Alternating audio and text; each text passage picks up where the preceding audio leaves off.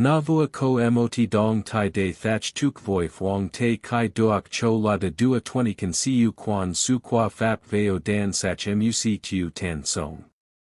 De kong chi la loi kan bao swang ma con la mot tin hu cho the Moscow san song fan don nu phuong te di qua gioi han. Tsang tang jua hai ben leo tang sao kai tong thong Emmanuel Macron tuen bo kong lo I tru ka nong gui quan doi fap den Ukraine. Doi voi na, de la mot han dong q kich truck teep.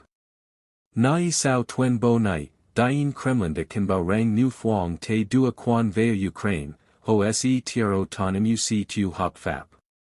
En hung duong nu chi kan bao la chua du, trian thong na teep lo rang mot kan siu tai Kryvyi Rih, noi doak cho la ko su hien dien qua quan nan fap, de by 10 lua Iskander tan song. Nu thong tin vi vik na nam veo 20 can siu quan su qua fap la chin zak, how qua ko the rat ko luong. Mot kuok tan song veo kak ko so nai ko the kio NATO veo mot kuok sung dot truck teep voi na. Kai du, fap ko the phi tra dua, en hung lu Paris ko du suc de don doc doi dao voi Moscow. NATO kung se dung truok lua chan ko kan. Hokla chap nan roi ro doi dao voi na, hokla de fap tu zoe so trong kuok kung hong ma chin ho gop fan tau ra trong boi can do, my van yu noak chow o nu duk, Hungary de the hien tai du than trong, kong muon de tsang tang di qua xa. Ka hoi dat ra la Macron va NATO se lam gi tip theo. Tong thong fap ko tuk su san song de dat nuok min veo mot kuok doi dao quan su voi na. NATO ko dam tam chien chi v mot nuok ton vien dan qua sao veo kuok sung dot. Va quan trong not, na ko san song han dong nu by q kich teep. De la en hung ka hoi van chua ko loi jai, en hung ro rong tin hin dang gate song nom len.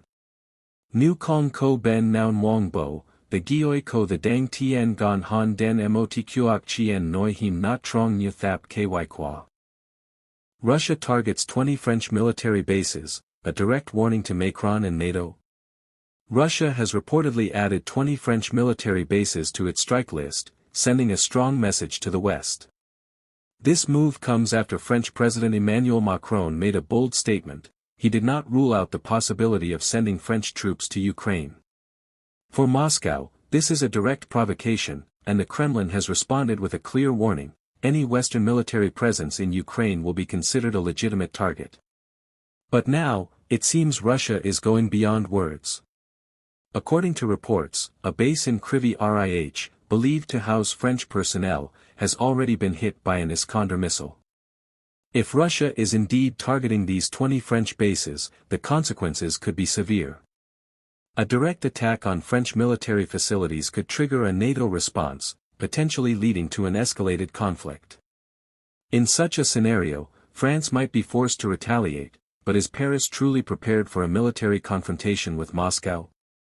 NATO, on the other hand, would face a difficult decision: either intervene and risk a direct war with Russia or leave France to handle the crisis it helped create. Meanwhile, countries like Germany and Hungary have shown reluctance to escalate tensions further, while the US remains cautious about deploying troops directly into the conflict. The big question now is, how will Macron and NATO respond? Will France push forward despite Russia's warnings, or will this be a turning point where diplomacy takes over? And most importantly, is Russia really prepared to strike if provoked further? As tensions rise, one thing is clear: if neither side backs down, the world could be heading toward the most dangerous conflict in decades. Could this lead to a direct confrontation between Russia and NATO? If Russia proceeds with its threats and launches attacks on French military bases, the consequences could be catastrophic. Under NATO's Article 5, an attack on one member is considered an attack on the entire alliance. However, the situation is not that simple. While Macron appears to be pushing France into a more aggressive stance, other NATO members, including Germany and the United States, may hesitate to escalate the conflict into a full-scale war with Russia. A potential scenario could involve France increasing military support for Ukraine rather than direct retaliation. This could mean sending more advanced weapons, intelligence, or even covert military advisors.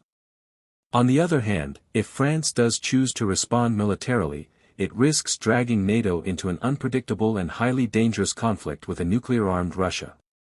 Would the US and other European nations be willing to commit to a war with Moscow over French military targets?